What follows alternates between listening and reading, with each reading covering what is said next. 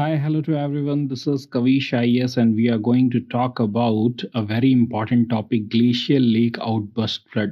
बहुत सारे टॉपिक होते हैं न्यूज़ में, लेकिन कुछ टॉपिक जो होते हैं वो मेन स्ट्रीम मीडिया से छूट जाते हैं, लेकिन यूपीएससी के लिए वो बहुत इंपॉर्टेंट होता है, चाहे वो प्रीलिम्स का एग्जामिनेशन हो, चाहे वो मेंस का एग्जामिनेशन हो। You can see out here prelims के लिए ग्लेशियल लेक आउटबर्स्ट फ्लड, ये सारे जो टॉपिक हैं, अर्थक्वेक जो टॉपिक है, ग्लेशियल लेक कैसे बनता है, ये सारा टॉपिक जो है वो इंपॉर्टेंट है। मेंस के लिए ये इंपॉर्टेंट है कि ग्लेशियल लेक आउटबर्स्ट अगर होगा तो उसका कारण क्या था, उसका इम्पैक्ट क्या होगा, और नेशनल डिजास्टर मैनेजमेंट अथॉरिटी के गाइडलाइंस क्या हैं, किस तरह से हम इस सारे फ्लड से बच सकते हैं। पर पहले तो क्वेश्चन ये आता है कि ये न्यूज़ क्या था। न्यूज़ यही है कि आप देख सकते हैं कि यहाँ पर लोहनाक लेक है, दिस इज लोहनाक लेक, और यहाँ से लोहनाक रिवर निकलती है। तो हुआ क्या, 4 अक्टूबर को लोहनाक लेक जो है वो आउटबस्ट हो गया। यहाँ से पानी जो है वो मलबे को लेते हुए वो डाउन स्ट्रीम एरियाज में डिवास्टेशन करता है। चुंगथांग डैम जो है वो भी थोड़ा सा डैमेज होता है, और on total you can see out here 35 lifes जो हैं वो लॉस्ट हो गए हैं। 14 ब्रिजेस जो थे वो डिसअपियर हो गए हैं। 1320 हाउस जो हैं वो सफ़र किए हैं। तो ये एक बहुत ही बड़ा डिजास्टर मैं समझूंगा हिमालयन स्टेट्स के लिए। हम लोगों ने हिमाचल प्रदेश को देखा कि किस तरह से बर्बाद हो रहा था इस बार, या उत्तराखंड को हम लोगों ने देखा है, पर सिक्किम भी मोस्ट अलार्मिंग सिचुएशन में है बिकॉज ग्लेशियल लेक जो है वो आउटबस्ट कर रहे हैं। तो इसी के बारे में समझते हैं कि ग्लेशियल लेक आउटबस्ट फ्लडिंग क्या होता है। You can see out here कि ग्लेशियल लेक जैसे कि साउथ लोहनाक लेक है, वो लार्ज वाटर बॉडीज होता है, और ये जो लार्ज वाटर बॉडीज होते हैं ना, वो ग्लेशियर के आगे हो सकते हैं, ग्लेशियर के नीचे हो सकते हैं, इनके ऊपर इस तरह का लेक्स बन सकते हैं, और उसी को हम लोग ग्लेशियल लेक कहते हैं। और इसी में जब फ्लडिंग हो जाती है तो ग्लेशियल लेक आउटबस्ट फ्लडिंग उसको कहते हैं। You can see out here in this diagram, ये जो रीजन है वो सबसे ज्यादा इंपॉर्टेंट है। इसको मोरेन डैम कह रहे हैं। ये बनता है असल में आप कह सकते हैं रॉकी मटेरियल से या फिर सेडिमेंट से। ये उतना ज़्यादा कोई हार्ड मटेरियल नहीं होता है, सिंपली कहें तो कोई आर्कियन रॉक नहीं है जो कि बहुत ही कठोर है। यहाँ पर थोड़ा सा भी चेंजेस की वजह से ये टूट सकता है, और उसके वजह से फ्लडिंग आ सकती है पूरे डाउन स्ट्रीम एरियाज में।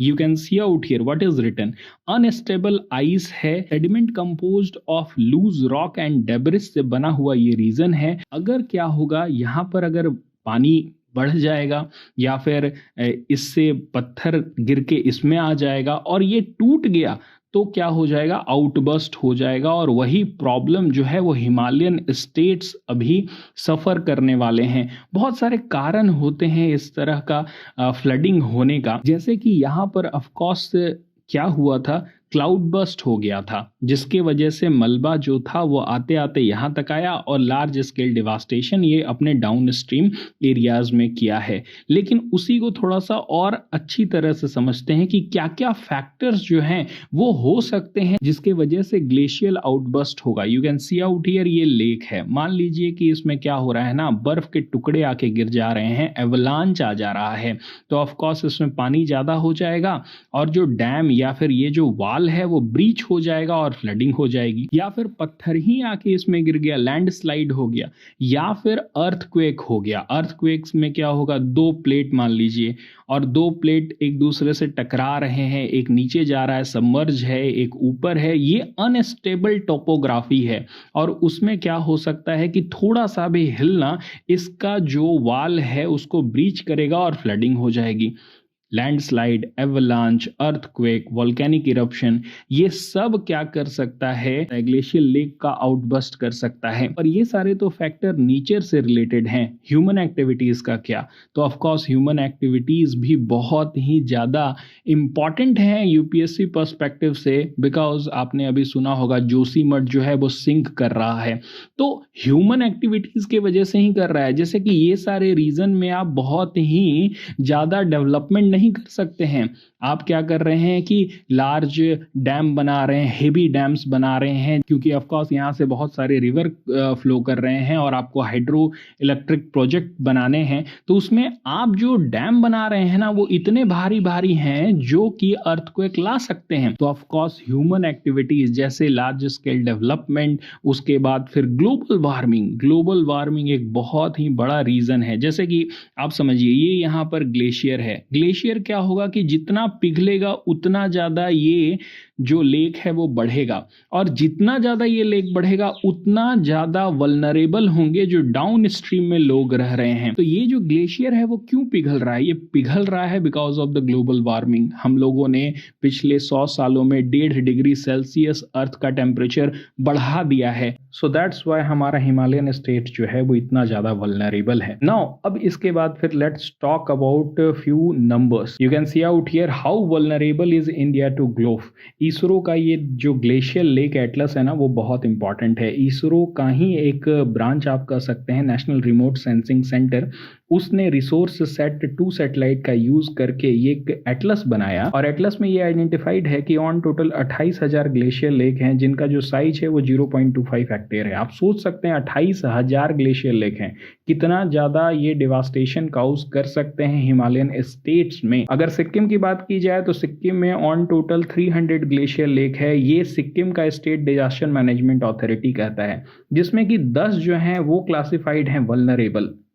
अगर NRSC का बात माना जाए, इसरो की बात मानी जाए, तो 733 ग्लेशियर लेक्स हैं। उत्तराखंड में 13 जो ग्लेशियर लेक हैं 486 में, वो वल्नरेबल हैं, और जहां पर ग्लोफ हो सकता है, ग्लेशियर लेक आउटबस्ट हो सकता है। जम्मू कश्मीर सबसे आगे है। जम्मू एंड कश्मीर में सबसे ज़्यादा ग्लेशियर लेक्स हैं। सबसे ज़्यादा वल्नरेबल जो है वो जम्मू एंड कश्मीर है। ये 2021 का स्टडी बताता है। और आपको एक अलग से नोट्स भी बनाना पड़ेगा जिसमें इंपॉर्टेंट ग्लेशियर्स भी आप लिखेंगे। You can see out here, इस मैप को देख के मुझे याद आया, सियाचिन ग्लेशियर है, हाईएस्ट बैटल ग्राउंड है पूरे वर्ल्ड में, तो सियाचिन ग्लेशियर इंपॉर्टेंट है। बालाटोरो ग्लेशियर जो है जम्मू एंड कश्मीर का, वो इंपॉर्टेंट है। तो अभी ये जो न्यूज आया है उसके बाद सिक्किम के ग्लेशियर्स इंपॉर्टेंट हो गए हैं, तो ऑफ कोर्स उसका भी आप अलग से क्या कर सकते हैं, नोट्स बना करके रख सकते हैं। And this point is very important. ये सारे डाटा ये इंडिकेट कर रहे हैं कि ग्लोब जो है ना वो कोई सिंगल रीजन में नहीं है, बल्कि पूरा जो हिमालयन रीजन में है ना वो फैला हुआ है, और पूरा हिमाचल और पूरा हिमालय रीजन जो है वो वल्नरेबल है इस तरह के फ्लडिंग के लिए। नाउ अब इसका वे फॉरवर्ड क्या है, तो एनडीए में कुछ गाइडलाइन सजेस्ट करता है, उसको थोड़ा सा देख लेते हैं। सबसे पहला तो यही है कि हमें आइडेंटिफाई करना पड़ेगा, और उसके लिए हमें इसरो की मदद लगेगी। हमें रिसोर्स सेट 2 सैटेलाइट के बाद फिर हमें ऐसे सैटेलाइट की जरूरत होगी जो बहुत ही बेहतर तरीके से एक और एटलस, नया करंट एटलस बना करके देख सकते हैं कि कितना लार्जर एरियाज में कौन कौन से लेक जो हैं वो फैले हुए हैं।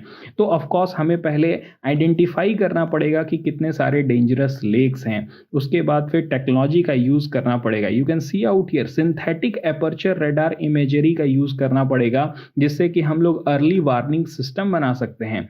हम लोग डिटेक्ट करेंगे कि कितना वाटर बॉडीज में चेंज आ रहा है। हम लोग ग्लेशियर्स को मॉनिटर कर सकते हैं, उनका मूवमेंट देख सकते हैं मॉनसून सीजन में, और अर्ली वार्निंग सिस्टम को डेवलप अगर कर देंगे सेंसर्स की मदद से, तो इतना लार्ज स्केल डिवास्टेशन से हम लोग बच सकते हैं। हम लोग जिंदगियां बचा सकते हैं अगर टेक्नोलॉजी का हम लोग यूज करेंगे। तो जो भी प्रॉब्लम है ना दुनिया में, उसमें टेक्नोलॉजी को जरूर आप घुसाइएगा यूपीएससी का मेंस आंसर राइटिंग में। That would be very beneficial for your mains answer writing. उसके बाद फिर आप क्या कर सकते हैं, एनडीए में कहता है कि आप जो पोटेंशियल फ्लड है ना उसको चैनल करिए। आप कैसे कर सकते हैं, तो आप टनल्स बना सकते हैं, आप वाटर्स को पंप आउट कर सकते हैं, और इस तरह से आप ग्लोब से बच सकते हैं। नेक्स्ट पॉइंट ये है कि uniform code of construction activity. मैंने बताया कि जोशीमठ का जो रीजन है वो नीचे धंस इसलिए रहा है क्योंकि कंस्ट्रक्शन एक्टिविटीज बहुत ज्यादा हो रहे थे, और ये सारे रीजन में जो भी आप कंस्ट्रक्शन कर रहे हैं ना उसके लिए कोड ऑफ कंडक्ट होना बहुत जरूरी है। तो इसके ऊपर भी ध्यान देना